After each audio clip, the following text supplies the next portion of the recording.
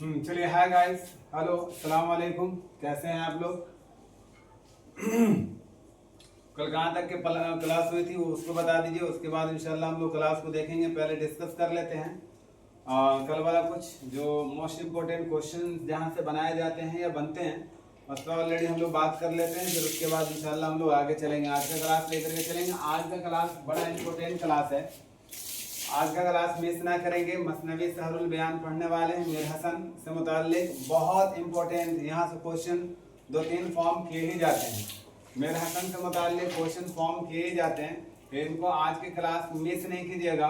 पहले आप लोग ये बता दीजिए कि आवाज़ वगैरह क्लियर है, सारी चीज़ें विजिबल हैं, सारी चीज़ें ओके हैं, तो बोलिए आगे हम लोग बढ़ते हैं आज का क्लास को लेकर के। तो कल हम लोग क्लास के अंदर जैसे कि डिस्कस कर रहे थे, एक मसनवी थी, मसनवी बिकट कहानी, जिसको हम लोग 12 मासा के नाम से भी जाना जाता है। तो उसी से रिलेटेड 2-4-10 क्वेश्चन हम लोग जल्दी गो थ्रू करते हैं जल्दी से 2-4-10 क्वेश्चन को। और बहुत अच्छा आप लोगों को एक इन्फॉर्मेशन दे दूं कि मैं रोज़ाना कल से मैंने एक शेड्यूल तैयार किया है। कल से मैंने एक ऑलरेडी अपने प्लेटफॉर्म पे एक काम करना शुरू किया है। रात 9:30 पर हम लाइव क्लास आते हैं। मेरा आने का मकसद ये है कि जो भी हम लोग TRE 4 से मुताल्लिक, जैसे कि कल हम लोगों ने डिस्कस किया था, लाइव क्लास में आकर के कुछ 2-4-10 इम्पोर्टेंट क्वेश्चंस को दबिस्तान दिल्ली, दबिस्तान लखनऊ और दबिस्तान दक्कन को लेकर के आज का इंशाल्लाह क्लास फिर मेरा चलेगा 9:30 में। याद रखिएगा PM 9:30 में। अभी हम शेड्यूल ऑलरेडी डाल दूंगा क्लास के बाद, तो 9:30 में आप लोग जुड़ना ना भूलें, जरूर जुड़िएगा। आज का भी क्लास हमारे लिए बहुत इंपॉर्टेंट है। आज हम लोग कुछ इंग्लिश पे डिस्कस करेंगे। इंग्लिश क्लास लेकर के आया हूँ, वहाँ पे हम लोग कुछ ग्रामर के रो से, कुछ स्पोकन की व्यू से हम लोग बात करेंगे, कुछ हम लोग सीखेंगे वहाँ पे। बोलने का भी ट्रिक बताऊंगा, कैसे बात करना है, कैसे लोगों से कम्युनिकेट करना है।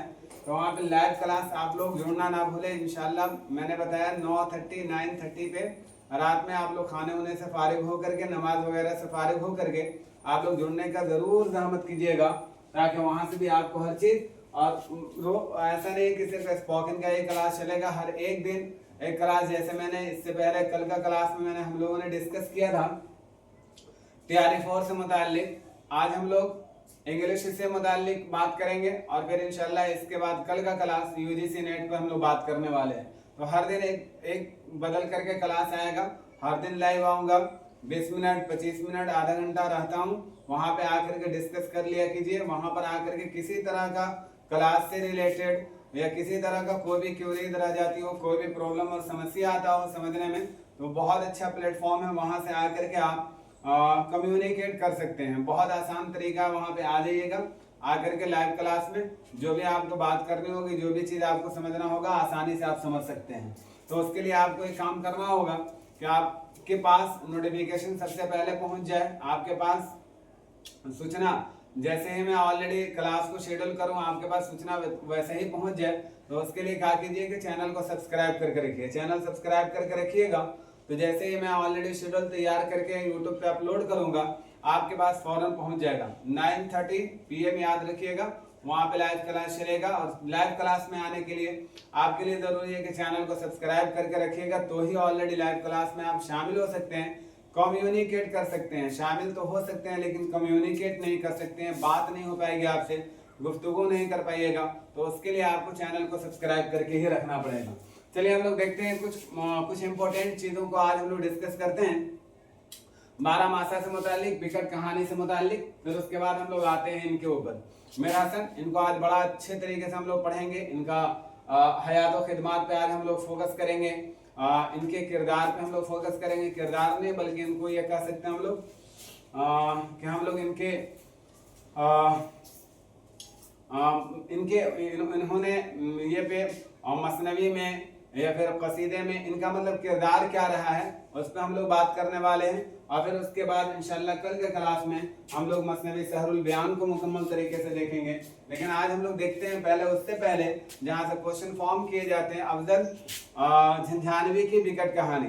तो बिकट कहानी से सबसे पहला क्वेश्चन आपसे ये है, आप ये मुझे बताइए, पहला question there would be first question for you, आपके लिए कमेंट करके बताइएगा कि अफजल झंझानवी की किताब, अफजल झंझानवी की तसनीफ बिकट कहानी ये किस सन की तसनीफ है। सबसे पहला क्वेश्चन ये है आपसे। और मैंने एक बात और पूछा था आप लोगों से, शायद कि आप लोगों ने कमेंट करके मुझे नहीं बताया। मैंने पूछा था आपसे कि अल्लामा इकबाल, गालिब और मीर तकी मीर, इनके बारे में कहा जाता है कि किस जमाने से या किस सन से इनको मुंसलिक किया गया था। इस तरह का कल क्वेश्चन था हमारा क्लास के अंदर, आप लोगों ने अभी तक नहीं बताया है, कमेंट करके जरूर बताया कीजिए। कमेंट करने से फायदा ये होता है, आपको भी समझ में आता है कि हमारी तैयारी कैसी हो रही है, हमारी तैयारी कैसी चल रही है। तो उसके लिए ऑलरेडी आप कमेंट करके बताना ना भूले, जरूर बताया कीजिए। तो हमारा पहला क्वेश्चन ही आज का कि बिकट कहानी ये किस सन की तसनीफ है, ये बताइए जल्दी से। और हम लोग सबसे पहले ये देखते हैं कि इस किताब को, इस तसनीफ को किन दो लोगों ने, किन दो अशखास ने या किन दो मुहक्किक ने मुरत्तब किया था, तरतीब दिया था, इसके बारे में भी आप लोग बताइए जल्दी से। सबसे पहले बारहमासा को बिकट कहानी का नाम देने वाले वो कौन शख्स थे, उनके बारे में जल्दी से बताइए। और ये बताइए कि इस कहानी का मेन कैरेक्टर, इस कहानी का जो मेन मरकज है, जो मेन कैरेक्टर है, वो किसका कैरेक्टर है, ये बताइए। इसी तरह आप यहाँ पे ये बताइए साथ में जल्दी से कि मसनवी बिकट कहानी के अंदर अफजल झंझानवी ने कितने माह का तज़किरा किया है, और उस महीना कौन सा महीना, जैसे इंग्लिश का महीना है या अरबी से रिलेटेड है या उर्दू से रिलेटेड है या हिंदी से रिलेटेड है, किससे उन्होंने और किन त्योहारों के बारे में तज़किरा किया है, इसके बारे में बताइएगा। किस त्योहार के बारे में इन्होंने बात किया है, किन त्योहारों को इन्होंने इस कहानी के अंदर जगह दी है, इस मसनवी के अंदर जगह दी है। तो मैंने इसके बारे में आप लोगों को बताया था, सारी चीज़ें मैंने आप लोगों को बताया था। और ये बता दीजिए कि जो कहानी उम्मन शुरू होती है वो किस माह से शुरू होती है, ये भी आप लोग जल्दी से बताइए। बिकट कहानी से रिलेटेड मैं क्वेश्चन पूछ रहा हूँ। और ये अगर आपसे मैं पूछूं कि किस बहर में लिखी गई है, मसनवी बिकट कहानी को किस बहर में लिखा गया है, तो मैंने कल शायद आप लोगों को बताया था, और अगर नहीं बताया था तो ये नोट डाउन कर लीजिएगा। मफाइलन और फ़ौलन में लिखी गई है। इसका बहर क्या है, मफाइलन और फ़ौलन के बारे में ये किताब लिखी गई है। इसके बारे में मैंने अभी बताया आप लोगों को कि वो मुसन्निफ कौन थे जिन्होंने तरतीब दे करके इसे इशाअत किया था, शाये किया था। वो थे मसूद हुसैन खान और नूरुल हसन हाशमी साहब। अगर हम लोग बात कर ले बिकट कहानी में, तो एक पॉइंट याद रखिएगा, बिकट कहानी में अफजल ने अपने एक और नाम के बारे में तज़किरा किया है, एक और नाम के बारे में इन्होंने अपने बारे में बताया है। और उन्होंने शेर से एक बात कही है, जरा उसको सुने ताकि समझ में आए। ये यादे दिल रया खुश हाल मी बाश, फारसी से ये यारे दिल रया खुश हाल मी बाश, गहे अफजल गहे गोपाल मी बाश। तो इससे एक बात समझ में आ रही है कि अफजल का एक और नाम था, अफजल झंझानवी साहब का एक और नाम था जो गोपाल के नाम से जाने जाते थे। बिकट कहानी की तमहीदी अशार के बाद 12 महीनों के हालात और जज्बात को पेश किया गया है, रखा गया है, और 12 उन्वानात के साथ बयान किया गया है। इन 12 महीनों के उन्वानात और बाब की इब्तदाई दो अशार मंदरजा झेल हैं, ज़्यादा इम्पोर्टेंट नहीं है, यहाँ से अशार से क्वेश्चन नहीं बनते, लेकिन ये भी उम्मीद ना किया जाए कि आगे नहीं बनेगा, बनाया भी जा सकते हैं। तो मैंने ऑलरेडी इसका अंदाज, तर्ज तकल्लुम और इसको पहचानने का ट्रिक मैंने बता दिया था कि कैसे हम लोग इसे पहचानेंगे। तो यहाँ तक के बाद हम लोग को क्लियर हो गई थी आई थिंक।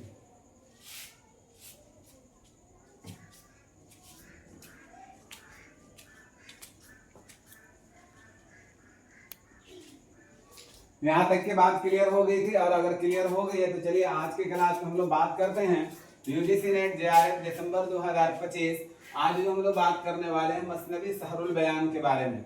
मसनवी सहरुल बयान के मुसन्निफ कौन हैं, तो नाम याद रखिएगा, इनका पूरा नाम है मीर मोहम्मद गुलाम हसन। हसन याद रखिएगा, हसन वर्ड देखिए मिस मत कीजिएगा, इसलिए कि इनके वालिद का नाम मीर गुलाम हुसैन था। क्या था, इनके वालिद मोहतरम का नाम मीर गुलाम हुसैन, गुलाम हसन और गुलाम हुसैन याद रखिएगा। गुलाम हसन, मीर गुलाम हसन, ये नाम था मीर हसन का, और इनके वालिद मोहतरम का नाम मीर गुलाम हुसैन। जाहिद के तखल्लुस किया करते थे, इनके वालिद जो थे ना ये जाहिद तखल्लुस किया करते थे। ये भी बात ध्यान में आप रखिएगा, जाहिद तखल्लुस किया करते थे। और एक बात याद रखिएगा, इनको मैच द कॉलम में करके आपसे पूछता है नाम पूछता है तो वहां पे याद रखिएगा जाहिद इनके वालिद थे मीर गुलाम हुसैन और इनका नाम मीर गुलाम हसन, और तखल्लुस हसन करते थे या मीर करते थे। तो याद रखिएगा वालिद मोहतरम इनके मीर गुलाम हुसैन, तखल्लुस ये जाहिर किया करते थे। ये एक हिज्ब गो शायर थे, ये एक हिज्ब गो शायर थे, ये भी याद रखिएगा। कैसे शायर थे? ये एक हिज्ब गो शायर थे। और याद रखिएगा मीर हसन के वालिद मोहतरम भी जो थे एक तरह से शायर ही थे, शायर थे, ये भी याद रखिएगा। आपसे ये पूछा जा सकता है कि किनके आबाओ अजदाद का नाम शुमार किया जाता है शोरा में, तो याद रखिएगा मीर गुलाम हसन, मीर हसन के वालिद मोहतरम, इनके आबाओ अजदाद जो थे वो शोरा किराम ही थे, शायर ही थे। तो इन्हीं का जद्द अजदाद चले आ रहे हैं शोरा में से, तो इनको भी आपको याद रखना होगा, ध्यान में रखिएगा। अगर हम लोग आगे बात कर ले तो इनके आबाओ अजदाद जो थे शाहजहां के ज़माने में हर्रात से चलकर कोच करके दिल्ली में आकर बस गए थे। अगर ये पूछा जाए आपसे कि मीर हसन के आबाओ अजदाद का ताल्लुक कहाँ से था, मतलब कहाँ के रहने वाले थे, तो ये ध्यान में रखिएगा इनके वालिद मोहतरम या इनके आबाओ अजदाद जो थे वो हर्रात से चलकर दिल्ली आए थे और दिल्ली में ही आकर मुकम्मल तरीके से सुकूनत इख्तियार कर ली थी। That's clear? यहाँ तक के बाद क्लियर हुआ? ध्यान में रखिएगा सारी चीजें जो मैं बता रहा हूँ, सारी चीजें इज इट क्लियर? सारी चीजें क्लियर हुए? ना हुआ तो बोलिएगा, फिर डंडे से याद कराएंगे हर चीज को। इसीलिए मैं ऑलरेडी डिस्कस करता हूँ बीच बीच में ताकि आपको सारी चीजें याद रहे। तो ये याद रखिएगा जो मैं बताता चल रहा हूँ, ये ध्यान में रखिएगा। उसके बाद अगर हम लोग देख लें, मीर हसन ने उर्दू शायरी की इब्तदा मीर हबीबुल्लाह की फरमाइश पर फैजाबाद से किया था। कहाँ से किया था? अब ये कह सकते हैं कि इनके शायरी के उस्ताद जो थे वो मीर हबीबुल्लाह, कौन थे? मीर हबीबुल्लाह, ये याद रखिएगा। मीर हबीबुल्लाह इनके उर्दू की शायरी उस्ताद थे, उर्दू शायरी के उस्ताद थे। और आपसे ये क्वेश्चन फॉर्म किया जा सकता है कि इनके सबसे पहले शायर या उर्दू शायरी के उस्ताद कौन हुए? तो याद रखिएगा मीर हबीबुल्लाह। कौन याद रखेंगे? मीर हबीबुल्लाह। ये वर्ड ये नाम याद रखिएगा। इनकी फरमाइश पर इन्होंने फैजाबाद से किया था, शुरू किया था। याद रखिएगा इन्होंने अपने अशार को मीर ज़ियाउद्दीन साहब से भी इस्लाह लिया था, मतलब मीर ज़ियाउद्दीन साहब से भी इन्होंने इस्लाह लिया था। जब इस्लाह लिया था मीर ज़ियाउद्दीन साहब से, तो याद रखिएगा इनके ये भी उस्ताद हो गए और सौदा को भी अपना मतलब अपने ये अशार को दिखलाया करते थे। मतलब मिर्जा मोहम्मद रफ़ी सौदा से साहब से भी अपने ये अशार को चेक कराया करते थे। तो मतलब हमको ये समझ में आ गया कि एडिशनल दो और इनके उस्ताद मिल गए असातिज़ा, एक ज़ियाउद्दीन और दूसरा मिर्जा मोहम्मद रफ़ी सौदा साहब। तो याद रखिएगा मीर हबीबुल्लाह के साथ साथ मिर्जा मोहम्मद रफ़ी सौदा और ज़ियाउद्दीन नाम याद रखिएगा। उस्ताद भी पूछा जाता है, उस्ताद भी पूछते हैं। मैच द कॉलम में आपको मैच करना होता है कि किन के उस्ताद कौन थे, किस शायर के उस्ताद कौन कौन से थे, नाम के साथ पूछा जाता है। इसको भी आप ध्यान में रखेंगे प्लीज। यहाँ तक के बाद क्लियर हुई? यस और नो?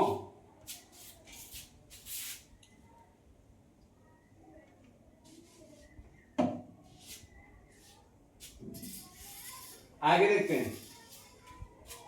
अपने वालिद साहब के साथ ये फैजाबाद से अपने वालिद साहब के साथ ये फैजाबाद चले आए थे। मतलब ये इब्तदा में इनके जो अबाओ अजदाद आकर के ठहरे थे, क़याम पजीर थे, तो वो जगह थी दिल्ली की। दिल्ली में आकर के ये लोग हर्रात से आकर के दिल्ली में बसे थे और फिर ये दिल्ली से मुंतकिल होकर अपने वालिद के साथ ये फैजाबाद आए थे। और फैजाबाद आने के बाद याद रखिएगा फिर वहां से मीर हसन साहब खुद को मुंतकिल करके आसिफुद्दौला, नवाब आसिफुद्दौला के ज़माने में ये लखनऊ आ गए थे। और इनका ज़्यादातर याद रखिएगा, अगर मीर हसन की बात किसी नवाबों के बारे में बात हो तो याद रखिएगा वो आसिफुद्दौला, ये नाम याद रखिएगा, इनको इनसे मुंसलिक करके रखिए, इनको इनसे जोड़ करके रखिए। नवाब आसिफुद्दौला मीर हसन, जो भी मीर हसन से मुताल्लिक कोई क्वेश्चन पूछे और नवाबों के बारे में पूछे तो आसिफुद्दौला को ले लीजिएगा। जैसे नवाब शुजाउद्दौला हैं, नवाब आसिफुद्दौला हैं, तो इनको याद रखिएगा, नवाब आसिफुद्दौला से इनको जोड़ दीजिएगा, कनेक्ट करके रखिएगा। तो इनके ज़माने में ये लखनऊ चले आए थे, घर से इन्होंने बहुत सारी किताबें जो लिखी थी, मसनवी इन्होंने लिखी थी, और इन्होंने क्या कहते हैं, मसनवी के अलावा अगर हम लोग बात कर लें तो इनके कुछ कसायद वगैरह भी थे, इन्होंने कसीदे भी लिखे थे। तो कुछ मसनवी इन्होंने आसिफुद्दौला के मदह में भी लिखे थे, उसको आगे में हम लोग देखेंगे तो समझ में आएगा। तो अपने वालिद के साथ सबसे पहले कहाँ मुंतकिल हुए थे, सबसे पहले कहाँ मुंतकिल हुए थे, ये ध्यान में रखिएगा, फैजाबाद। सबसे पहले मुंतकिल हुए फैजाबाद, और फिर आसिफुद्दौला के ज़माने में फैजाबाद से मुंतकिल होकर ये लखनऊ चले आए थे। कहाँ चले आए थे? लखनऊ चले आए थे। तो इतना सारा पॉइंट में हमारे लिए 2-3 पॉइंट ही जहन में रखना है। देखिए मैं मिस करके आप लोगों को बताना, मैं आपको ये भी साथ में बता दूं, जहन में बात रही थी आप लोगों ने, मैंने आपको बताया था एक तरीका लिखने का कि सन्ने वफात और सन्ने पैदाइश कैसे लिखना। आप लोगों ने तरतीब दिया है तो बताइए जल्दी से।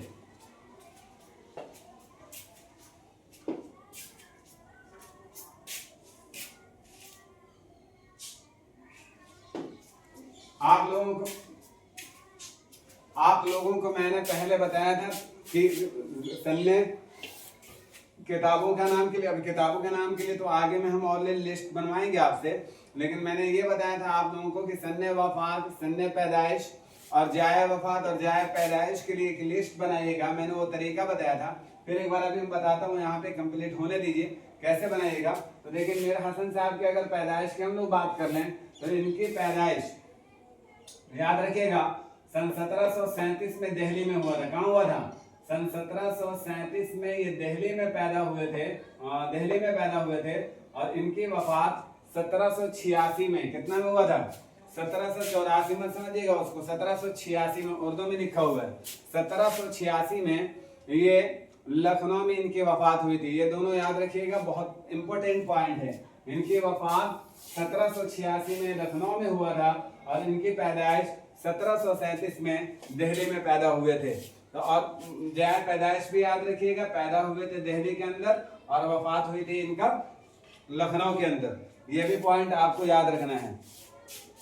आगे हम लोग बात कर लें तो इनके चंद अहम कारनामे हैं, इनके चंद अहम कारनामे हैं। उन कारनामों में देखते हैं हम लोग। सबसे पहले इन्होंने क्या किया है तो याद रखिएगा, तकरीबन इन्होंने छोटी बड़ी मिलाकर के अगर हम लोग बात कर लें तो तकरीबन इन्होंने 12 मसनवियां लिखी हैं। कितनी मसनवियां?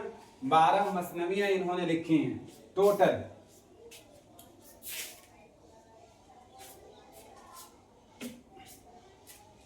बीच में क्लास डिस्टर्ब नहीं करेंगे। देखो वो कौन है, जाहिद हुसैन, कौन लड़का है? बीच में क्लास डिस्टर्ब नहीं करेंगे। हम आपकी प्रॉब्लम को समझने के लिए नहीं आए हैं ना, पूरा क्लास लेना है। पूरा क्लास को नहीं, आपको जो प्रॉब्लम है आप चले जाइए ना, आप जाकर के अपने प्रॉब्लम को खुद से सोल्व करके आइए। बीच में क्लास डिस्टर्ब नहीं करेंगे, क्लास चलने दीजिए जिस तरह क्लास चल रहा हो। चलिए देखते हैं जल्दी से। तो अगर इनके हम लोग बात कर ले, इनके चंद हम किरदारों में देखिए याद रखिएगा, उर्दू का एक तस्करा है, उर्दू का एक तस्करा है। अभी हम लोग तस्करा के बारे में पढ़ेंगे, पूरा इसका लिस्ट आपके सामने हम रखेंगे सारे तस्करों के बारे में। जैसे हम लोगों ने एक किताब पढ़ी थी गुलशन बेखार, लगता है कि जब कसीदा पढ़ रहे थे तो वहाँ पे मैंने पढ़ाया था नवाब मुस्तफ़ा खां शिफ्ता करके, गुलशन बेखार। ये भी एक तस्करे की किताब है। इसी तरह याद रखिएगा, और याद रखिएगा इससे क्वेश्चन हर एक एग्जाम के बाद दूसरे एग्जाम में रिपीट हो ही जाता है। उर्दू का तस्करा में एक ऐसा इंपॉर्टेंट तस्करा है ना कि एक के बाद दूसरे एग्जाम में ये कहीं ना कहीं किसी ना किसी शक्ल में आपको नजर आ ही जाता है, पूछ ही लिया जाता है। तो इसको भी ध्यान में रखिएगा। उर्दू का तस्करा में एक तस्करा है, तस्करा शोराए उर्दू, तस्करा शोराए हिंदी, तस्करा शोराए उर्दू। इस तरह का गुलशन बेखार अभी मैंने आपको बताया। बहुत सारी किताबें हैं तस्करा जो ऑलरेडी पूछे जाते हैं। तो तस्करा शोराए उर्दू याद रखिएगा, मीर हसन की तसनीफ है। किनकी तसनीफ है? मीर हसन की तसनीफ है और ये इनकी बहुत ही मशहूर मारूफ तसनीफ है। इसलिए बहुत मशहूर मारूफ है कि कई बार एग्जाम में इसको जगह मिली है, कई बार इस किताब को पूछा गया है। तो इसको ध्यान में रखिएगा, किताब बहुत इंपॉर्टेंट है ये वाला, तज़किरा शुराए उर्दू।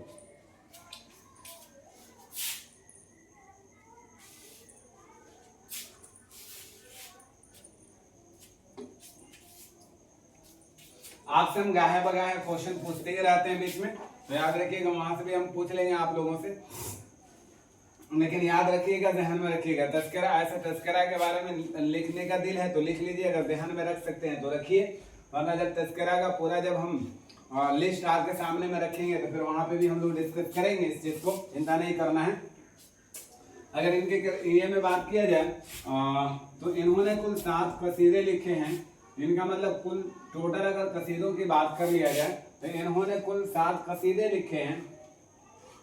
अब वो जो कसीदे लिखे हैं तो याद रखिएगा, एक हजरत अली और एक हजरत इमाम हुसैन के शान में लिखी थी। एक हजरत अली और हजरत इमाम हुसैन की शान में इन्होंने मतलब 2 कसायद, एक हजरत अली और एक हजरत हुसैन, मतलब बाप बेटे के मदा में, तारीख में इन्होंने 2 कसायद लिखे। ये पॉइंट याद रखिएगा।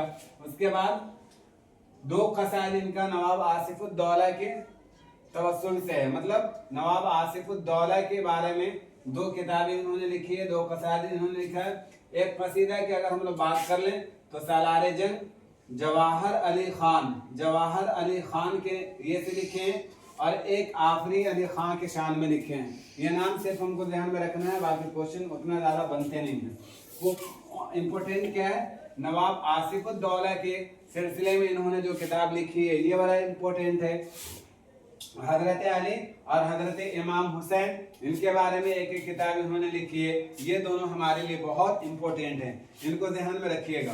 और इन किताबों का अगर नाम की बात अगर कर लें तो नाम उतना इम्पोर्टेंट नहीं है। इसमें 2 ही 3 किताब ऐसा है जो ऑलरेडी क्वेश्चन फॉर्म किए जाते हैं। एक तो मैंने अभी आपके सामने में रखा मसनवी सहरुल बयान, ये ऑलरेडी क्वेश्चन में पूछे जाते हैं, इनको तो याद रखिएगा। जब मीर हसन याद रहेंगे तो मसनवी सहरुल बयान खुद ब खुद याद रहेंगे। अगर मसनवी सहरुल बयान की अगर हम लोग बात कर लें कि कब लिखी गई है तो याद रखिएगा इसका डेट, ये 1700 देखिए 1700 हम लोग बात कर ले 1786 में तो इनकी वफात हुई थी। 1784 में इस किताब को लिखी गई थी, मसनवी सहरुल बयान को। 1784 और 85 का बीच वाला हिस्सा कह सकते हैं, 1784 और 85 का बीच वाला हम लोग हिस्सा मान सकते हैं इसकी लिखने का। अगर ये करते हैं कि लिखने की तारीख अगर हम लोग मुतय्यन करें तो 1784 और 85 का बीच। इसमें 2-3 किताब और हैं जिनको हम लोग याद रख सकते हैं ताकि हमारे लिए जरूरी है। मसनवियों की अगर हम लोग बात कर लें तो इनकी मसनवियों में एक मसनवी जो है जिसको हम लोगों को याद रखना है, मसनवी शादी आसिफुद्दौला। मसनवी शादी मतलब आसिफुद्दौला के शादी पर इन्होंने एक मसनवी लिखी थी, तो इस किताब का नाम था मसनवी शादी आसिफुद्दौला। ठीक है, ये वाला याद रखिएगा। एक किताब इनकी बहुत इंपॉर्टेंट है, मसनवी रमूजुल आरिफीन। हम लिख दे रहे हैं। यहाँ तक के बात क्लियर हो गया आप लोगों को शायद सारी चीजें।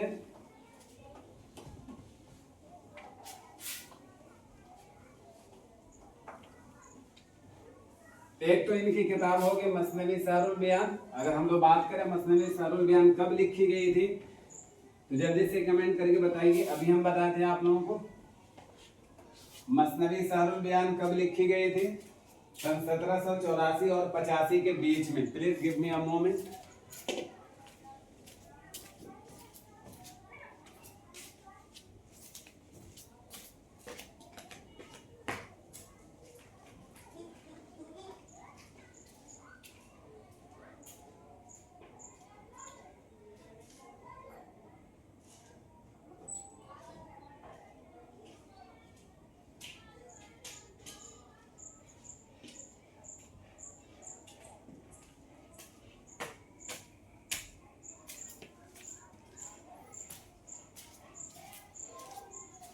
तो इनकी एक किताब मसनवी सहरुल बयान, जिसकी अभी मैंने बताया इसको कब लिखा गया 1784 और 85 में। और अगर इनकी याद रखिएगा तो एक किताब है मसनवी आसिफुद्दौला, जो अभी मैंने आपको बताया मसनवी आसिफुद्दौला, डायरेक्ट हम इसी को लिखते हैं आसिफुद्दौला। आसिफुद्दौला के बाद अभी मैंने एक और किताब के बारे में बात की आप लोगों से, कौन सी किताब? मसनवी रुमूजुल आरिफीन।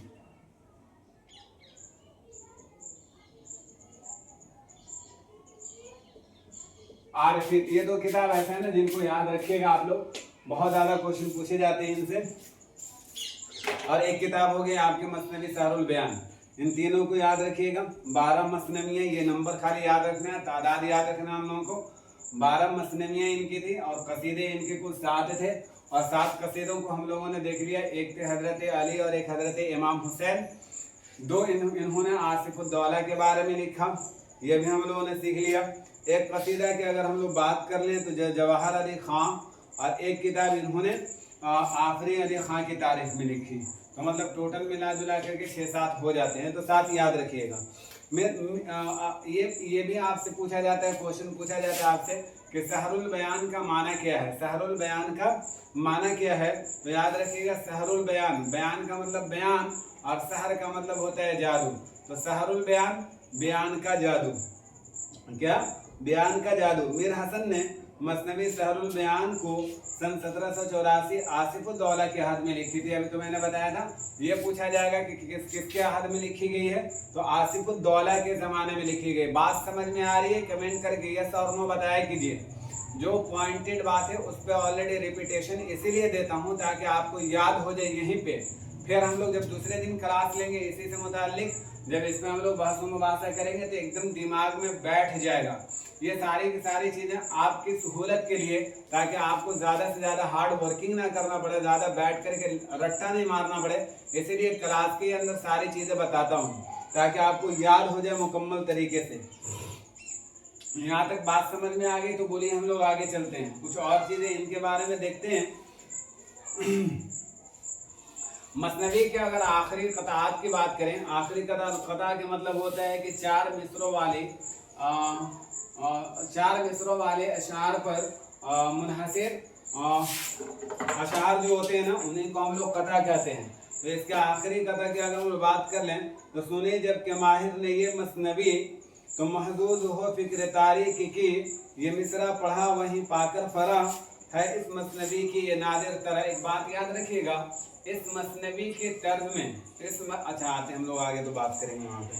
अगर देखते हैं मसनवी सहरुल बयान के बारे में, तो बहरे मुतकारिब या मुसम्मन मकसूर या महजूब की शक्ल में लिखी गई है या बहर में लिखी गई है। यानी इसका अगर हम लोग ये बोले वजन हम बताएं तो इसका मीज़ान बनेगा फ़ऊलन फ़ऊलन फ़ऊलन फ़ऊल। क्वेश्चन नहीं बनते लेकिन जहन में रखिएगा, फ़ऊलन फ़ऊलन फ़ऊलन फ़ऊल के वजन पर यह मसनवी लिखी गई है। मसनवी सहरुल बयान ये इनकी आखिरी किताब है और तबाजात मसनवी है, इनकी आखिरी किताब है। मीर हसन की आखिरी तसनीफ मसनवी सहरुल बयान है और इनकी तबाजात है। अब 2-3 पॉइंट हमारे लिए बहुत इंपॉर्टेंट है जिसको याद रखना हमारे लिए बहुत ज़रूरी है। मसनवी सहरुल बयान के दिवाचे के बारे में बात करें। सहरुल बयान का दिवाचा यहाँ से लिख लीजिएगा आप लोग। सहरुल बयान का दिवाचा की अगर हम लोग बात कर लें, दिवाचे की अगर हम लोग बात कर लें, इस किताब का दिवाचा किसने लिखा है तो याद रखिएगा उनका नाम मीर शेर अली अफसोस। जब आप लोग फोर्ट विलियम कॉलेज पढ़ोगे ना, जब वहाँ पे इदारे और तहरीक वगैरह पढ़ाएंगे ना, तो वहाँ पे ये सारे के सारे नाम ऑलरेडी आएंगे, ध्यान में रखिएगा। तो ये याद रखिएगा सहरुल बयान का दिवाचा लिखने वाले मीर शेर अली अफसोस साहब हैं। किसने? मीर शेर अली अफसोस। और इन्होंने ही इसके दिबाचे में, मसनवी सहरुल बयान के दिबाचे में इन्होंने इस किताब को, इस मसनवी को इस्म बा मुसम्मा कहा है, इस्म बा मुसम्मा कहा है। इसके दिबाचे में मीर शेर अली अफसोस साहब ने इस किताब को इस्म बा मुसम्मा कहा है। क्या कहा है? ये किताब इस्म बा मुसम्मा है।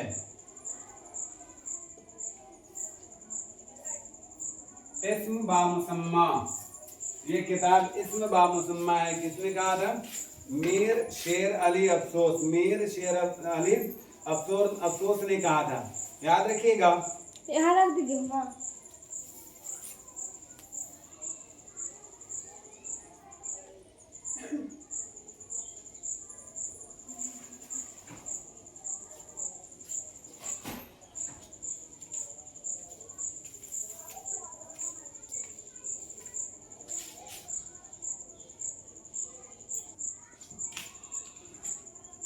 तो इसके दिवाची में इन्होंने फरमाया मीर शेर अली अफसोस साहब ने कि ये मसनवी जो है ये इस्म बा मुसम्मा है। क्या है?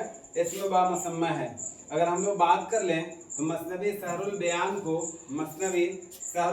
को गिलक्रिस्ट की फरमाइश पर, याद रखिएगा ये नाम, गिलक्रिस्ट की फरमाइश पर। अब ये गिलक्रिस्ट कौन है? तो इदारे जब पढ़ाएंगे वहां पे ना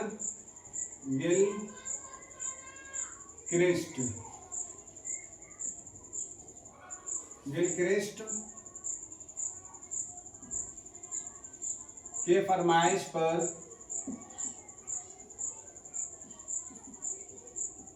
ये सिर्फ नाम याद रखिएगा। अभी ऑलरेडी इन सब के बारे में हम लोग पढ़ेंगे यूनिट नंबर आई थिंक 9 के अंदर, यूनिट नंबर 9 या 10 के अंदर शायद हम लोग पढ़ेंगे इन सारे किरदारों को। इतना ध्यान में रखिएगा। गिलक्रिस्ट के फरमाइश पर मीर शेर अली, वही मीर शेर अली अफसोस, मीर शेर अली ने मुकदमे के साथ सन 1805 में हिंदुस्तानी प्रेस कलकत्ता से क्या किया था? शाये किया था। मीर शेर अली अफसोस साहब ने, यही जो ऊपर में नाम मैंने लिखा है, शेर अली ने कहां से? सन 1800, तारीख याद रखिएगा, तारीख बहुत इंपॉर्टेंट है। सन 1805 में कोलकाता प्रेस, कहां से? अभी 2-3 किताब के बारे में हम लोगों ने पढ़ा था जो पाकिस्तान से छपा था, पाकिस्तान से छपी थी, कलकत्ता प्रेस। और 1800 के बाद अगर हम लोग बात कर लें तो ज्यादातर किताबें जो छपी हैं ना, वो याद रखिएगा फोर्ट विलियम कॉलेज की वजह से ज्यादा से ज्यादा किताबें जो है ना वो कोलकाता प्रेस से ही छपे थे। ये भी ध्यान में रखिएगा। तो 1805 में हिंदुस्तानी प्रेस कलकत्ता से छपी थी। ये काम फोर्ट विलियम कॉलेज के तरफ से हुआ था। तो अभी मैंने बताया आप लोगों को फोर्ट विलियम कॉलेज के तवज्जुह से ये सारे के सारे काम हो रहे थे। सन 1805-4 में हम लोग बागो बहार को भी पढ़ेंगे। अभी तो बागो बहार को भी देखेंगे। कलकत्ता से ही फोर्ट विलियम कॉलेज से ही क्या हुआ था? शायर हुआ था। तो उनको भी हम लोग पढ़ेंगे। इस किताब की अगर हम लोग बात कर लें, मसनवी सहरुल बयान के बारे में बात कर लें, तो इसको मुरत्तब करने वाले रशीद हसन खां हैं। कौन है? रशीद हसन खां। अब ये याद रखिएगा, इस किताब को तरतीब देने वाले, तरतीब कहो या मुरत्तब कहो, तरतीब देने वाले कौन थे? रशीद हसन खां। अब याद रखिएगा, रशीद हसन खां और मसूद हुसैन खां, इन दोनों में ना बहुत ज़्यादा फीवर आता है, बहुत कंसेप्शन हो जाती है, बहुत गलतफहमी क्या होते हैं, जाला हो जाते हैं इन दोनों के नाम में। तो याद रखिएगा इस किताब को मुरत्तब करने वाले रशीद हसन खां हैं। कौन है? रशीद हसन खां। और अभी हमने पढ़ा था विकट कहानी के बारे में, तो वहाँ पे अभी हमने पढ़ा था, वहाँ पे मसूद हुसैन खां थे, किनके साथ? नूरुल हसन हाशमी के साथ। नूरुल हसन हाशमी के साथ वहाँ पे मसूद हुसैन खां थे। और मीर हसन की मसनवी सहरुल बयान को मुरत्तब करने वाले रशीद हसन खां हैं। That's the very very important, very आना कह सकते हैं वीवीआई क्वेश्चन से ये इन सारे को याद रखिएगा। अगर हम लोग बात कर लें मसनवी सहरुल बयान के बारे में, तो ये किताब जो है ना, इनको कई नामों से याद किया जाता है, कई नामों से इनको जाना जाता है। जैसे इस किताब को याद रखिएगा, मीर हसन की इस किताब को मसनवी बद्र मुनीर, इसलिए कि बद्र मुनीर का एक किस्सा है, इसलिए इस नाम को भी उससे बद्र मुनीर, किस्सा बद्र मुनीर, इसी तरह शहजादा बेनज़ीर वगैरह के भी नाम से जाने जाते हैं। या कौन कौन सा? मीर हसन की ये किताब मसनवी बद्र मुनीर, किस्सा बद्र मुनीर, शहजादा बेनज़ीर, ये 3-4 नाम के साथ इस किताब को जाना जाता है। सहरुल बयान में शहजादा जो होता है बेनज़ीर और शहजादी जो होती है वो बद्र मुनीर की इश्क की दास्तान बयान की गई है। मतलब शहजादा बेनज़ीर है और शहजादी बद्र, मतलब इसका मरकजी किरदार की हम लोग बात कर रहे हैं, करेक्टर की बात कर लें तो शहजादा बेनज़ीर है और शहजादी बद्र मुनीर की इश्क की दास्तान बयान की गई है। इसको भी याद रखिएगा। यहाँ तक बात क्लियर हुआ, आप लोगों के ध्यान में बात सारी चीज बैठ रही हैं। अगर हम लोग बात कर लें तो इस किताब को, इस मसनवी को मीर हसन साहब ने लिख करके सबसे पहले आसिफुद्दौला के दरबार में पेश किया। और देखिए एक बात याद रखिएगा, जब कसीदा या फिर मसनवी जब लिखा करते थे लोग तो उम्मीद हुआ करता था कि उनको बादशाह के यहाँ से कुछ ना कुछ तोहफे और तोहफे मिलेंगे, इसी चीज़ पर वो लोग और इन सारी चीज़ों को लिखा करते थे।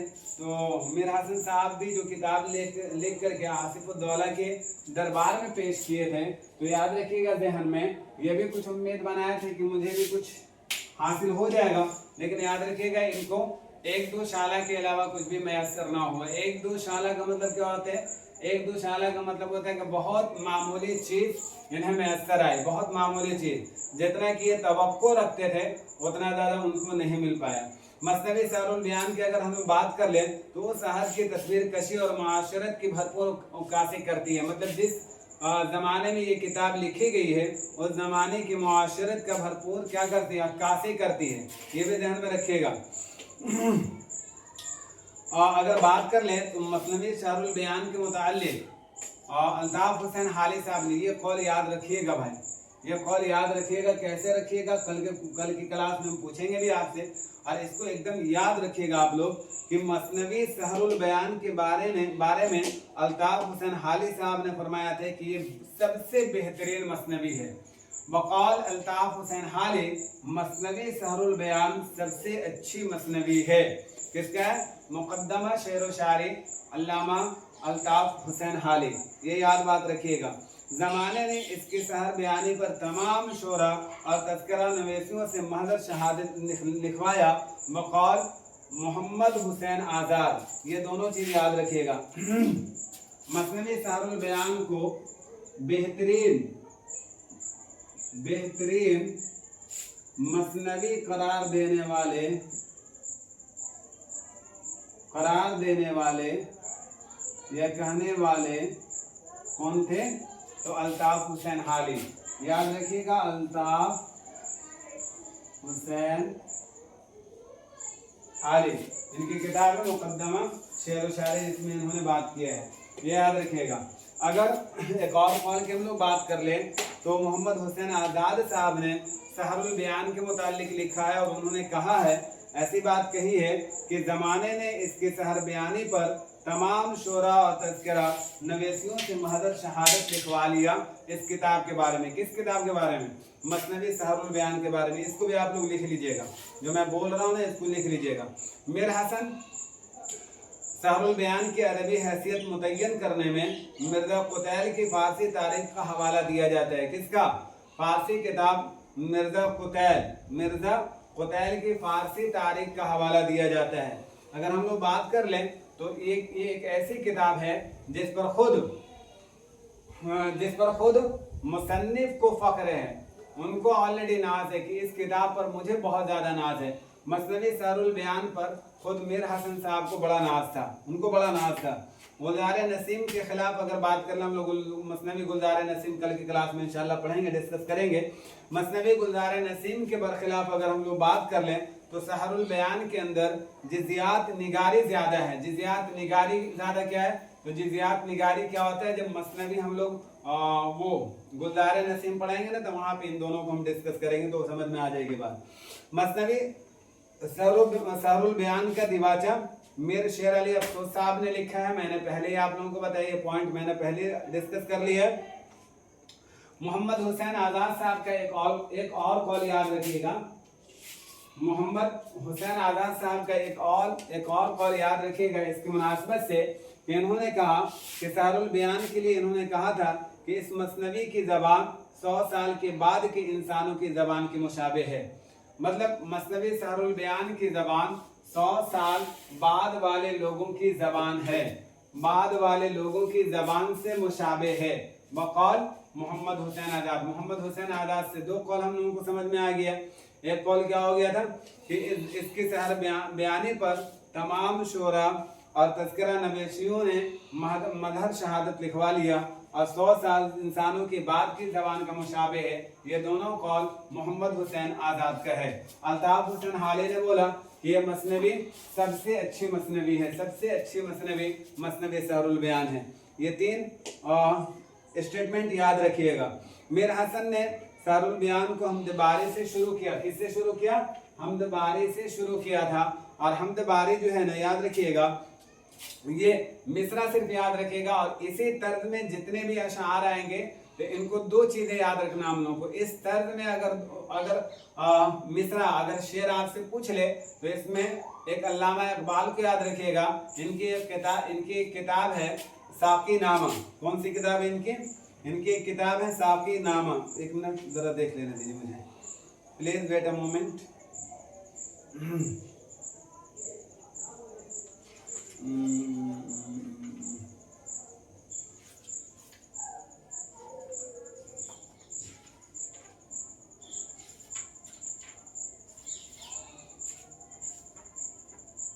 हाँ, इनकी किताब है, सही मैंने बोला अभी, साकी नामा।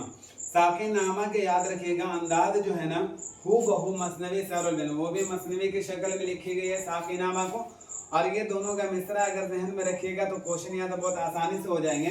जैसे इनका जो वजन है, जो इनका पहचान है, जैसे इन्होंने कहा कि करूँ पहले तौहीद यज़्ज़ा रकम, करूँ पहले तौहीद यज़्ज़ा रकम, झुका जिसके सजदे को अव्वल कलम, सरे लौह पर रखकर ब्याज़े जबी, कहा दूसरा कोई तुस्सा नहीं। ये हमद का मिसरा है। इस मिसरे से बादाबता मसनवी सहरुल बयान का आगाज होता है। और इसी तर्ज में अल्लामा इकबाल ने भी साकी नामा को लिखा है। यह भी मसनवी के शक्ल में है कि इन्होंने कहा कि ज़माने के अंदाज बदले गए, नया राग है साज बदले गए, हुआ इस तरफ शराज़े फरंग की हैरत में है शीश है बाज़े फरंग, पुराने सियासत गिरी खार है, ज़मीन पर वो सुल्तान से बेजार है, गया दौर सरमायादारी गया, तमाशा दिखाकर मदारी गया। ये अंदाज मसनवी सहरुल बयान का, और ये मसनवी सहरुल बयान के अंदाज पर लिखा हुआ अल्लामा इकबाल साहब का साकी नामा का भी अंदाज, दोनों का तर्ज एक है। ये ध्यान में रखिएगा, क्वेश्चन यहाँ से आप आसानी से बना लीजिएगा। चलिए इंशाल्लाह कल के क्लास में मसनवी सहरुल बयान का खुलासा हम लोग करेंगे और उसके बाद उनके किरदारों पर बात करेंगे, उनके किरदार को देखेंगे। दीजिए मुझे इजाज़त। अगर वीडियो अच्छा लगता है तो ज़्यादा से ज़्यादा शेयर कीजिए, लाइक कीजिए, चैनल को सब्सक्राइब कीजिए। अभी मैंने आपको बताया कि 9:30 PM याद रखिएगा ध्यान में, 9:30 PM में मैं खुद लाइव आता हूँ। लाइव आने से वहाँ पर आकर के हम लोग वो सिर्फ आकर के सिर्फ क्वेश्चन का फॉर्म को डिस्कस करते हैं, सिर्फ क्वेश्चन पे ही बात करते हैं कि किस तरह के क्वेश्चन बनाए जाते हैं। तो वहाँ पे भी आप आना ना भूलें। 9:30 में ज़रूर जुड़िए। सारी चीज़ों से फारिग होकर के 15 से 20 मिनट क्लास में रहते हैं ऑनलाइन, वहाँ पे आप ज़रूर जुड़ने का कोशिश कीजिएगा। दीजिए मुझे इजाज़त। अगर वीडियो अच्छा लगता है तो आप अपने साथियों तक ज़रूर शेयर कीजिएगा, लाइक कीजिएगा, चैनल को सब्सक्राइब करना ना भूलिएगा। MS उर्दू एकेडमी क्लास आपका भविष्य को बनाने में बहुत ज़्यादा रोल नहीं, लेकिन एक छोटी सी रोल अदा करने का ज़रूर इरादा कर रखा हूँ। अब इस इरादे पर कितना ज़्यादा मैं क्या काम रहता हूँ, कितना ज़्यादा मुसम्मम इरादे के साथ अठारा रहता हूँ, तो ये अल्लाह तबारक व तआला के हाथ में। आप अल्लाह तबारक व तआला से दुआ कीजिए कि अल्लाह तबारक व तआला हमारे पास ज़्यादा से ज़्यादा दरार पैदा करें, ज़्यादा से ज़्यादा इस चैनल को वसी दें। इंशाल्लाह और ज़्यादा से ज़्यादा काम करेंगे और इंशाल्लाह इस पर ज़्यादा से ज़्यादा उर्दू से रिलेटेड किसी तरह का भी एग्ज़ाम आ जाए, इंशाल्लाह उसमें हमारी पार्टिसिपेट ज़रूर होगी, हमारा चैनल का किरदार ज़रूर होगा इंशाल्लाह। और आगे चल करके इसी क्लास पर हम लोग बात करेंगे, इंग्लिश से भी रिलेटेड और इंग्लिश का भी क्लास लेकर के आएंगे। दीजिए मुझे इजाज़त। खुदा हाफिज़। अस्सलामु अलैकुम।